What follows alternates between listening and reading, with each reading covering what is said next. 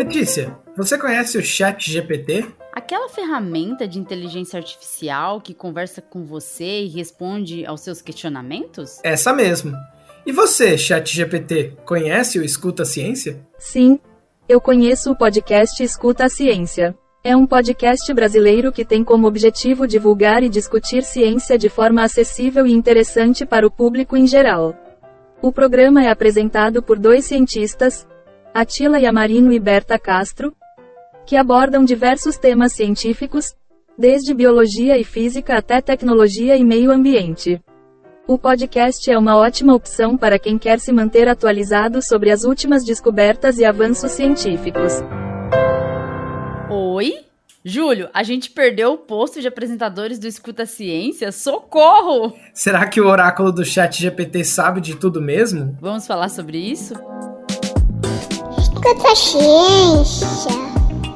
Olá, eu sou Letícia Sarturi, mestre em imunologia e doutora em biociências e fisiopatologia.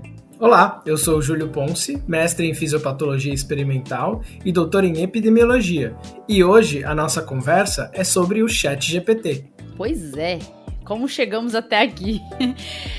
Um assunto do momento, não se fala de outra coisa nas internet que não seja ChatGPT. As pessoas desesperadas falando que agora o nosso mundo vai virar um caos, porque a ferramenta vai trazer aí, vamos dizer assim, uma nova forma de propagar desinformação. Outras pessoas falando que vai facilitar o dia a dia para muitas profissões e também para buscas, né? Outros falando que agora a gente tem que se informar pelo ChatGPT. Pelo amor de Deus, não. Não, pelo amor de Deus. Na educação, professores desesperados porque vão ter que mudar a abordagem com os alunos, das atividades que os alunos fazem. E também tem a questão de direitos autorais também aí falando mais alto, né? Pensando assim, nossa, como, né? Se ele pega informações que está por aí, quem que vai garantir que não tenham plágios, já que as ferramentas de plágio não conseguem detectar plágio do ChatGPT.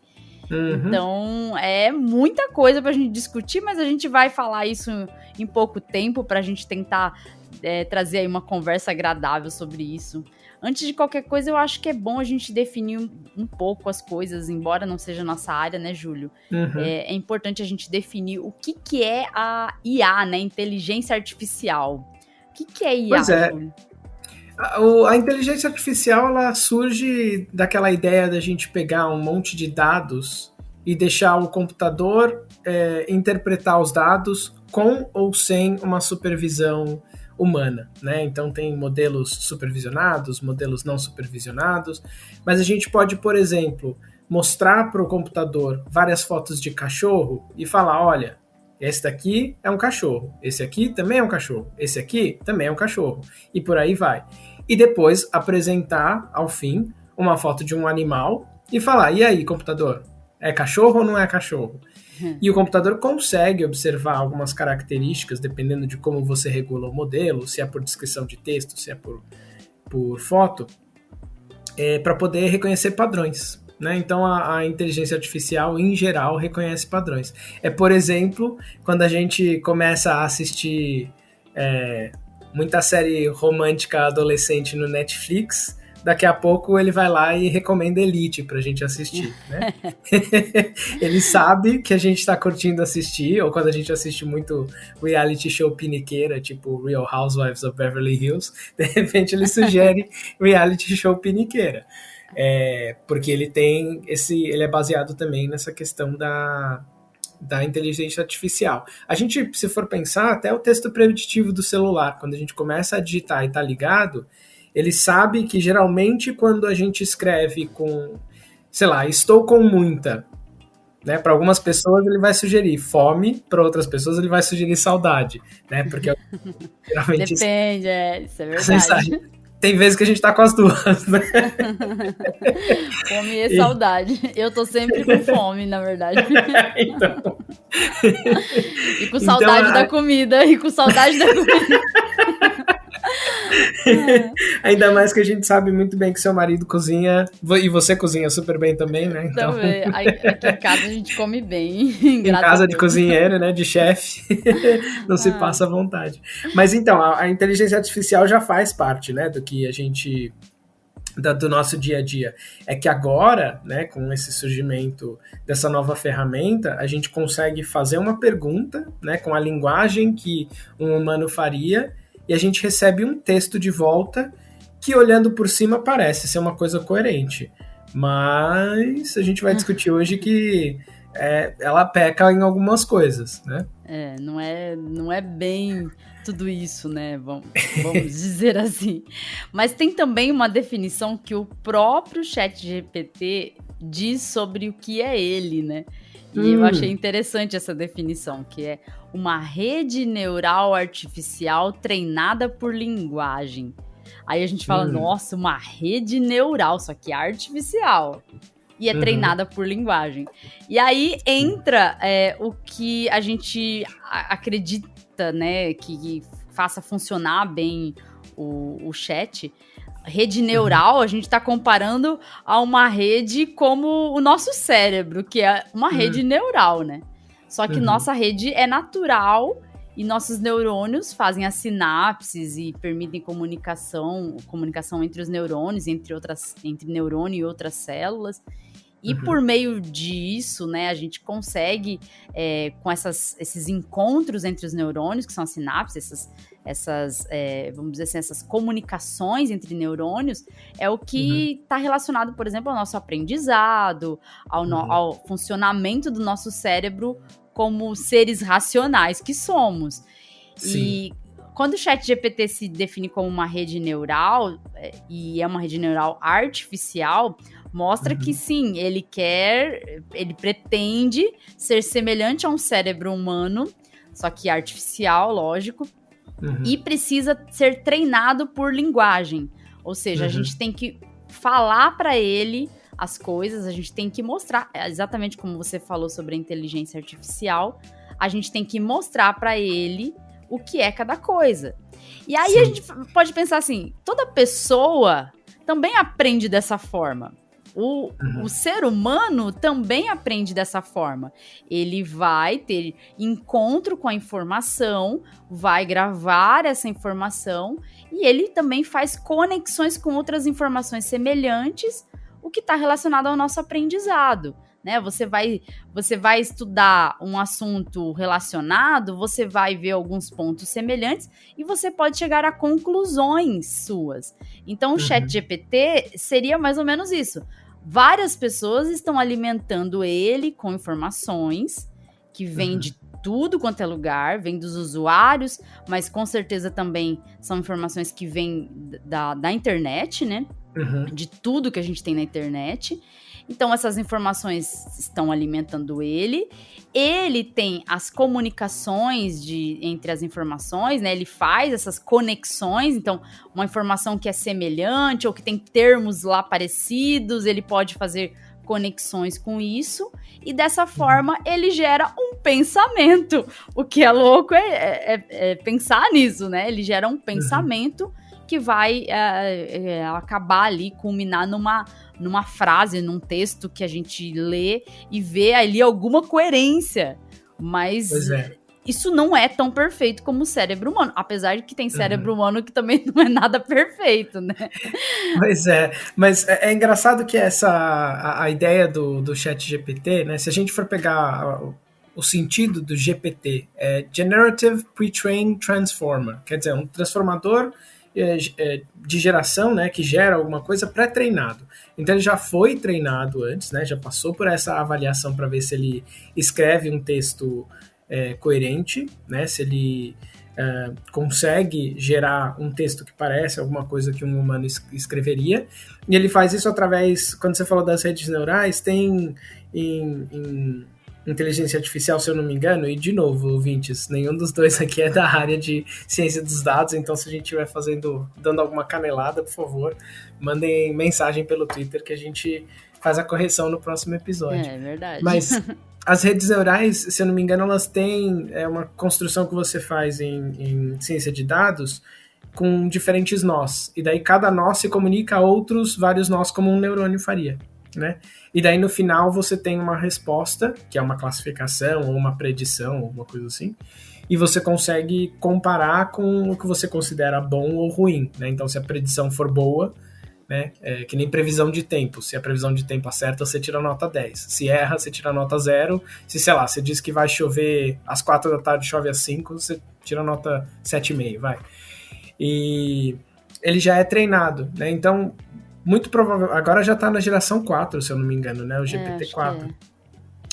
Então, as gerações anteriores foram treinadas, agora são treinadas com outro modelo, justamente por essa avaliação de a gente colocar uma pergunta, né? E daí, obviamente, se a gente faz uma pergunta para o ChatGPT da nossa área, de alguma coisa que a gente conhece, a resposta que ele dá para a gente muitas vezes não convence. Mas se a gente pergunta alguma coisa de uma área que a gente desconhece, ele dá uma resposta que parece coerente. Mas parece por quê? Tem o fluxo de texto como se fosse um texto humano, ele fala com uma linguagem, né, que parece que ele está conectando ideias, mas se você for olhar a fundo, realmente ele não é bacana. Inclusive, alguns cientistas, tem um cientista que eu sigo, agora eu me esqueci a universidade que ele está ligado, e ele falou que ele pediu para o ChatGPT, ele digitou uma ideia que ele tinha de pesquisa, porque ele estava fazendo uma aplicação para agência de fomento, ele pediu para o ChatGPT fazer para ele, né, só para ver o resultado, enfim, para comparar. E ele falou que o ChatGPT até escreve um texto que tem uma cara que quase convence, mas que as referências completamente inventadas, não tem nenhuma real, e alguns conceitos mais complexos, o ChatGPT deu de uma maneira que ele não escreveria, porque ele acha que é uma visão meio rasa, por assim dizer. Mas ele falou que, assim, para conexão, né, de juntar 2, 3 ideias, listar, escrever um parágrafo, ele às vezes até pode ser bacana, né, pode ser interessante. Então... Sim. Assim, o que eu percebo, e também quem é da área fala isso exatamente, que ele vai funcionar melhor de acordo com o nível de detalhes do seu comando, né? Do que você pede, por exemplo. Isso também tem muita gente que fala sobre isso, né? Às vezes as pessoas perguntam uma coisa mais geral, e aí ele pode falar coisas bem aleatórias, mas ali com um texto coerente. Agora, se você pedir uma coisa muito específica, der detalhes daquilo que você quer, ele pode funcionar bem. E eu já fiz testes, assim. Testei, assim, uma coisa que eu pedi para ele criar uma questão de 5 alternativas, sendo uma correta. Daí coloquei lá, elabore uma questão sobre... Aí coloquei o detalhe do assunto que eu queria... Gente, eu não vou usar essas questões na prova, tá? Se tem algum aluno ouvindo, atenção. Não vou usar a questão de ChatGPT na prova, todas as minhas são autorais mesmo. Então, assim, eu pedi lá para colocar, dei detalhes da questão e pedi para colocar uma alternativa correta, somente entre 5 alternativas. Se eu coloco o assunto bem geral, assim... sobre resposta imune e humoral. Ele vai ter muitos erros. Ele coloca muitos erros e você vê, quem é da área vê esses erros na questão. E se você coloca mais detalhes, eu quero que você elabore uma questão sobre anticorpos, isótipos de anticorpos observados na resposta imune contra... parasitas extracelulares, por exemplo.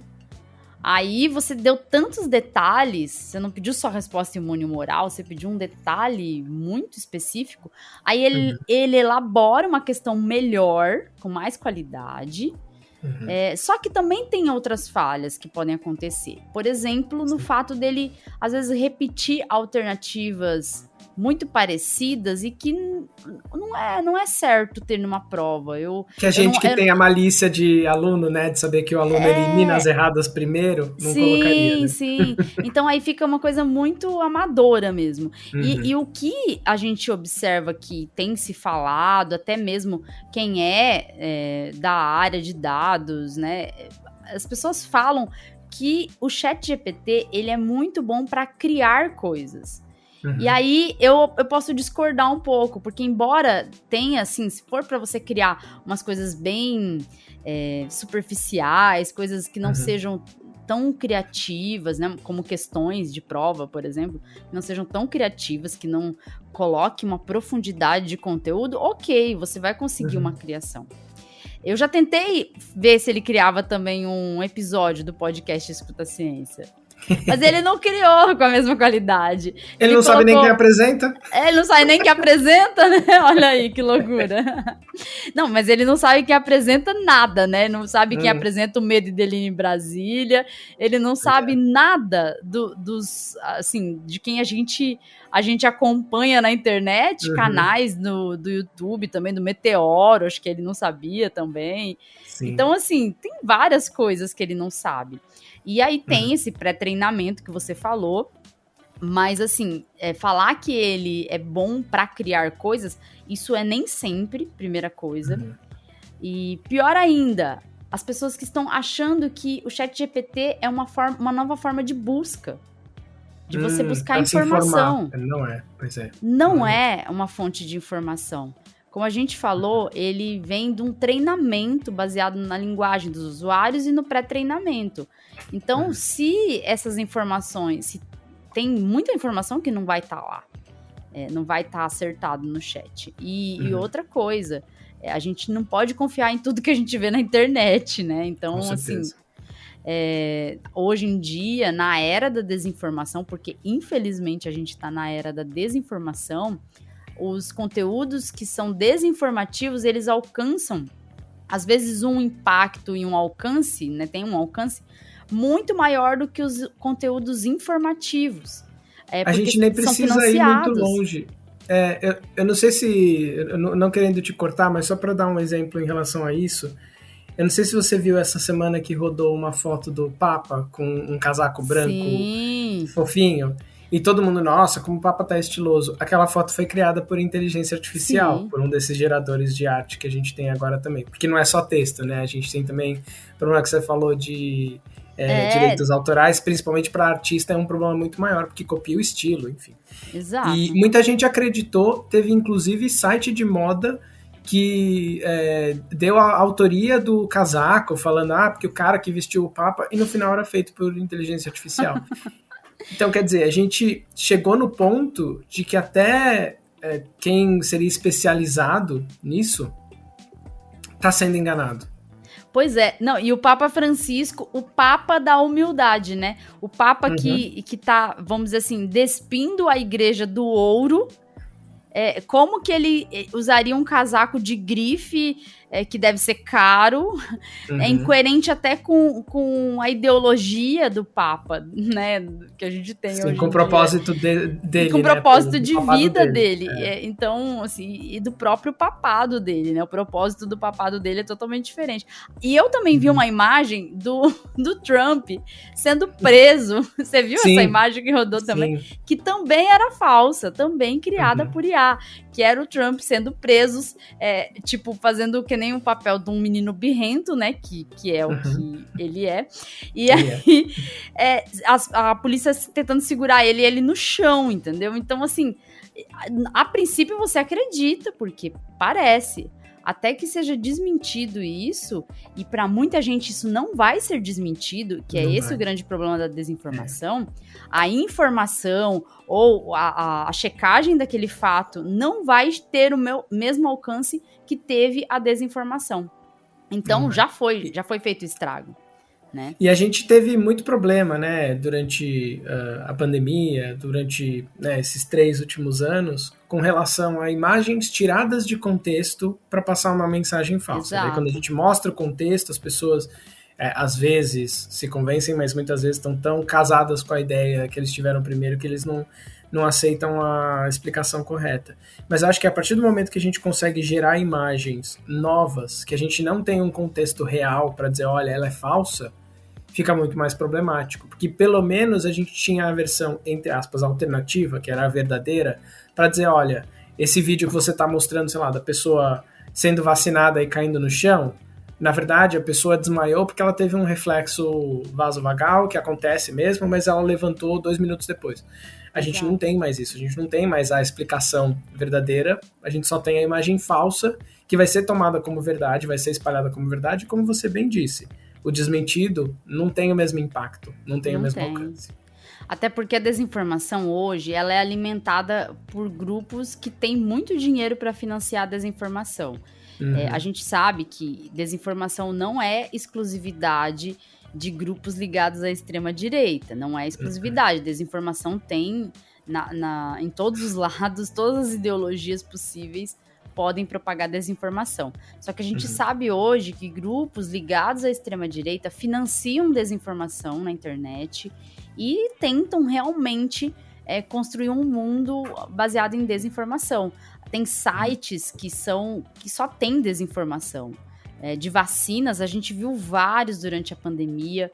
E pensando que esse ChatGPT pode ser alimentado com informações vindas da internet e considerando que essas informações têm um grande alcance, porque recebem um financiamento para ter esse grande alcance, aí as coisas começam a ficar perigosas.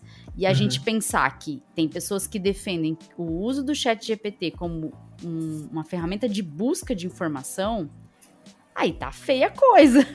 Porque se você pode ter pessoas ligadas a grupos de desinformação fazendo alimentação no ChatGPT, alimentando o ChatGPT, e ainda a internet, que tem muita desinformação, alimentando o ChatGPT. Então, onde que a gente vai parar, né, Júlio, com desinformação podendo ser dada como se fosse informação ali no chat, né? Sim, eu acho que a gente vai ter uma problemática parecida, mas talvez com o sinal trocado, que a gente teve com a Wikipédia. Que eu lembro que quando surgiu, né, eu e você, a gente provavelmente teve a mesma experiência quando a gente cresceu, que foi o surgimento do computador em casa, de poder ter o computador em casa e tudo mais, mas eu lembro de ter professor, por exemplo, que pedia para eu escrever os trabalhos à mão, na faculdade ainda. Para poder evitar de copiar, justamente porque tinha muita informação na internet, era razoavelmente fácil conseguir isso. E o que eu percebi é que, por exemplo, com o surgimento da Wikipédia, no começo muita gente falava, não, a Wikipédia é ruim, não tem informação boa. Com o tempo o pessoal começou a entender que a Wikipédia muitas vezes tem informação simplificada, talvez, tem uma moderação pela comunidade, então às vezes uma pessoa coloca uma informação falsa, a outra vai lá, marca que é falsa, entra em discussão, etc, etc, mas entra muito mais o poder de avaliação crítica de quem está lendo. Então você não pode dizer a Wikipédia é ruim, o que você pode dizer é a Wikipédia tem artigos bons, tem artigos ruins. O que eu sempre recomendo, por exemplo, para os meus alunos, achou um artigo bacana da Wikipédia, a primeira coisa que você vai fazer é olhar as referências. Vai nas referências originais, lê as referências originais. Segundo, vê se o que está sendo dito como uma verdade absoluta é uma verdade absoluta. Então, exerça o seu poder crítico para ver se aquele artigo que você está lendo agora foi citado por outro artigo que talvez critique a conclusão daquele artigo, né? E daí, obviamente, isso toma muito mais trabalho, é a avaliação crítica que a gente espera de alguém com maturidade, mas é meio que dizer, olha, a ferramenta em si, ela não é ruim, ela é limitada. Eu acho que muito provavelmente a gente vai ter uma visão, talvez não agora, porque a gente ainda está se acostumando com esse novo mundo do ChatGPT, mas é a mesma coisa. Então, por exemplo, os alunos, a gente sabendo que o ChatGPT faz bem, a gente não pode pedir isso dos alunos, porque eles vão entrar no ChatGPT e fazer, e a gente talvez não tenha nem como dizer se foi o aluno ou se foi o ChatGPT. Agora, pedir para fazer uma coisa com mais qualidade, que envolva, né, alguma coisa prática, que eles têm que gerar o número no laboratório, o experimento, isso o ChatGPT não vai substituir para eles. Exato. Então, a gente vai ter, enquanto cientista, enquanto professor, também vai ter que aceitar que existe, enquanto não tiver uma boa ferramenta para identificar, e talvez nunca exista uma ferramenta 100% confiável para identificar quando foi usado, a gente tem que aceitar que ele vai ser usado em algumas situações que a gente não gostaria que fosse. Então, talvez a gente crie situações em que usá-lo não seja uma boa ideia. Exato. Né? Assim, pensando na questão de desinformação e de ter um senso crítico para isso, a gente entende que, por exemplo, quem está cursando um curso de graduação, quem está num mestrado, num doutorado, até poderia ter um senso crítico a respeito de uma informação, apesar de que às vezes os alunos de graduação só querem coisa fácil, né? Só querem o trabalho pronto ali. Eu vejo muitos alunos assim, né? Então, eu tô falando pela experiência que eu tenho, não tô querendo generalizar, mas tem muitos que são assim. E aí, quando um aluno de graduação, às vezes, que não tem muita informação sobre um assunto, busca ali, ele pode acreditar por causa da coerência do texto. Porque eu vejo que os meus alunos de graduação, que eu dou aula, muitos falam que quando eu faço questões de alternativa, eles não conseguem descobrir, mesmo eles sabendo o conteúdo, às vezes eles ficam na dúvida do que é a alternativa correta, porque eles acham que eu faço alternativas erradas muito convincentes, porque o jeito que eu escrevo convence e parece que é verdade, que parece que tudo quase é certo. Então, esse senso crítico a gente constrói aprendendo também. A gente constrói o senso crítico conforme a gente vai adquirindo informações ao longo da vida, fazendo as nossas conexões. É com aprendizado que a gente constrói. Mas aí fica um grande questionamento. Tem muita gente que vai usar como ferramenta de busca, não vai ter o senso crítico para isso. Tem muita gente que vai usar para fazer trabalho de faculdade, não vai ter senso crítico, porque quer alguma coisa rápida para só ganhar a nota, e vai usar. E a gente não tem no ChatGPT alguém da empresa, a empresa é OpenAI, né? Acho que é. OpenAI, acho que é. E a gente não tem ninguém da empresa que esteja disposto, pelo jeito, não tem um setor que esteja disposto a configurar o ChatGPT para que desinformação que tenha alimentado a rede saia da rede, seja excluída da rede. Né? Então, pelo jeito, não tem essa ferramenta. Eu não ouvi falar dessa ferramenta. Mas a gente pode usar a ferramenta para o bem, por exemplo, para não propagar desinformação, já que as pessoas estão usando como sistema de busca, até pode, mas para isso a gente tem que ter uma regulação em cima disso da própria empresa. E isso não está acontecendo, as pessoas não querem nem que regule o que é dito na internet. A internet, as redes sociais, elas querem, as pessoas querem que vire terra sem lei, e a gente pode falar absurdos e inclusive cometer crimes, às vezes, na internet, sem nenhuma regulação. Então, até que ponto, né, a gente vai conviver com esse mundo sem lei que está virando a internet, e isso alimentando e ditando como a gente aprende as coisas, ditando como a gente busca informações. Eu acredito que isso seja muito perigoso. E na educação, os professores já têm manifestado, sim, preocupação com isso. Esse ano a gente falou muito disso. Eu e meus colegas temos discutido formas diferentes de fazer os alunos fazerem atividades que não seja viável usar o ChatGPT. Então, não é que a gente queira proibir, mas a gente quer buscar alternativas que permitam ao aluno ter algum aprendizado, porque o ChatGPT não vai te permitir ter nenhum aprendizado, né, Júlio? Sim. E acho que a gente, assim, pelo que a gente viu de como as coisas funcionam, né, nessa questão de notícias falsas e tudo mais, mesmo que uma plataforma proíba, surge outra em que isso é mais permeável, isso é mais aceito e acaba se espalhando. Então, acho que chega até, mesmo que a OpenAI faça, né, alguma coisa para retirar da rede deles, muito provavelmente vai ter gente que vai falar, mas o ChatGPT está falando mentira, né, porque excluiu aquela informação falsa que eu acredito, então vou procurar outro, e vai surgir uma outra plataforma. Então, eu acho que é muito mais importante, não vou dizer mais importante, porque importante seria a gente não ter mesmo, mas eu acho que é mais factível a gente pensar em imbuir todas as pessoas de um senso crítico. E um senso crítico para tudo, né? E não é aquela coisa de duvide de tudo que você lê na internet, mas de tudo que você ouve, de tudo que você escuta, seja parcimonioso antes de absorver, né? Então, assim, faz sentido? É alguma coisa, né? Não tem uma explicação alternativa? Eu estou ouvindo de uma fonte confiável? Quem me trouxe né? Que conhecimento que essa pessoa que me trouxe tem?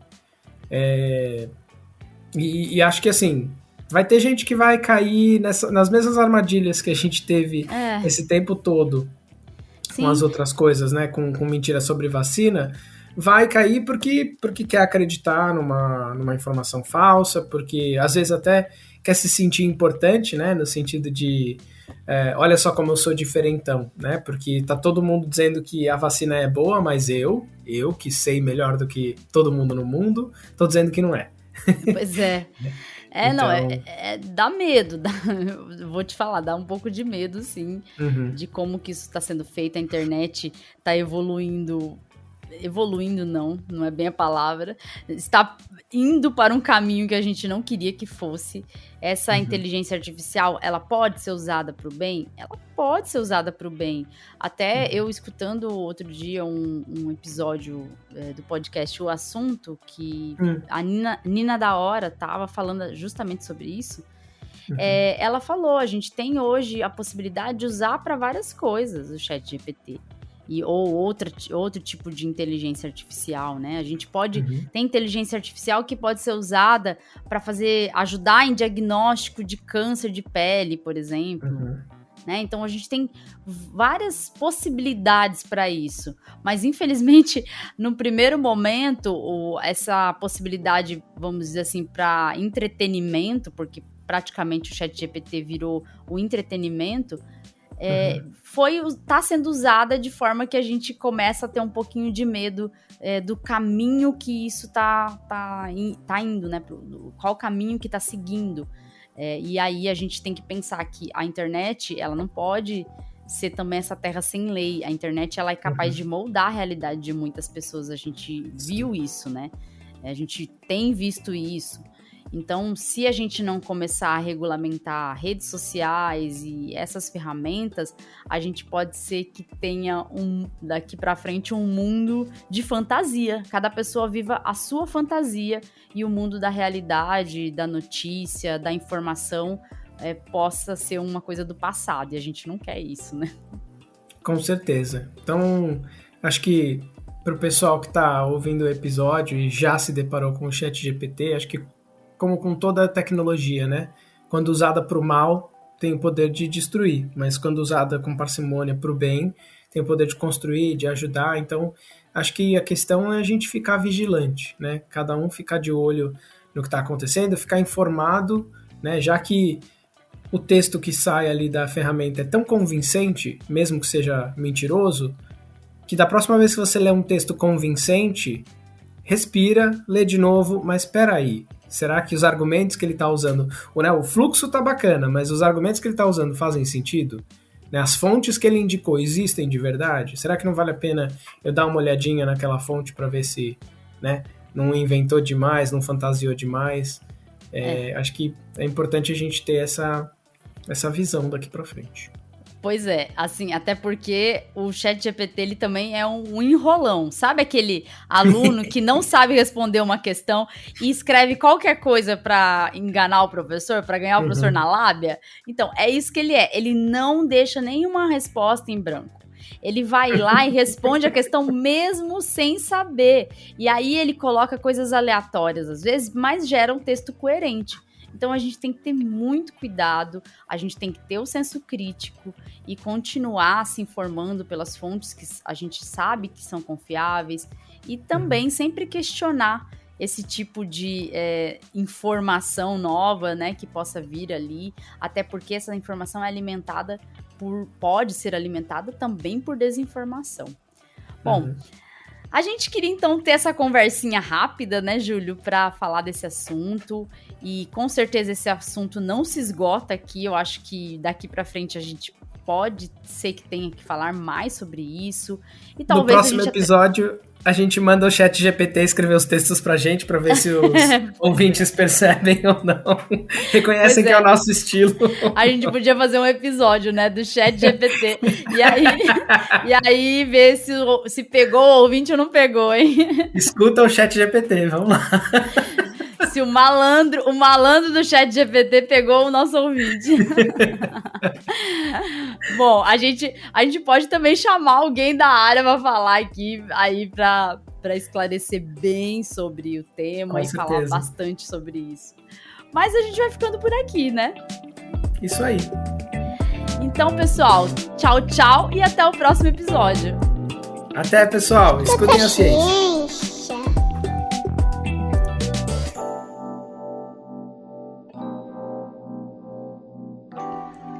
Ei, ouvinte, não vai embora ainda não. Você sabia que agora você pode apoiar o Escuta Ciência? Sim, nós criamos um Apoia-se para o Escuta Ciência. Você poderá nos ajudar a ampliar nosso trabalho e custear os gastos que temos para semanalmente colocar o Escuta Ciência no ar. Você pode nos apoiar com valores a partir de R$2. Viu? A gente nem tá pedindo muito. E ainda terá recompensas que incluem dar pitacos no podcast, sugerir temas, um grupo exclusivo para apoiadores, episódios exclusivos e até sorteio de brindes com temas científicos. Entra no link do Apoia-se que está na descrição do episódio. Esse link aqui, apoia.se/Escuta a Ciência Podcast. Tudo junto e sem acento. Apoie nosso trabalho. Fazemos isso por amor e dedicação, mas queremos fazer cada vez melhor para você, por você. Seu apoio é importante. Se você não puder apoiar com dinheiro, não se preocupe. Nos ajude divulgando o Escuta a Ciência. Obrigada por acreditar que a ciência deve ser escutada.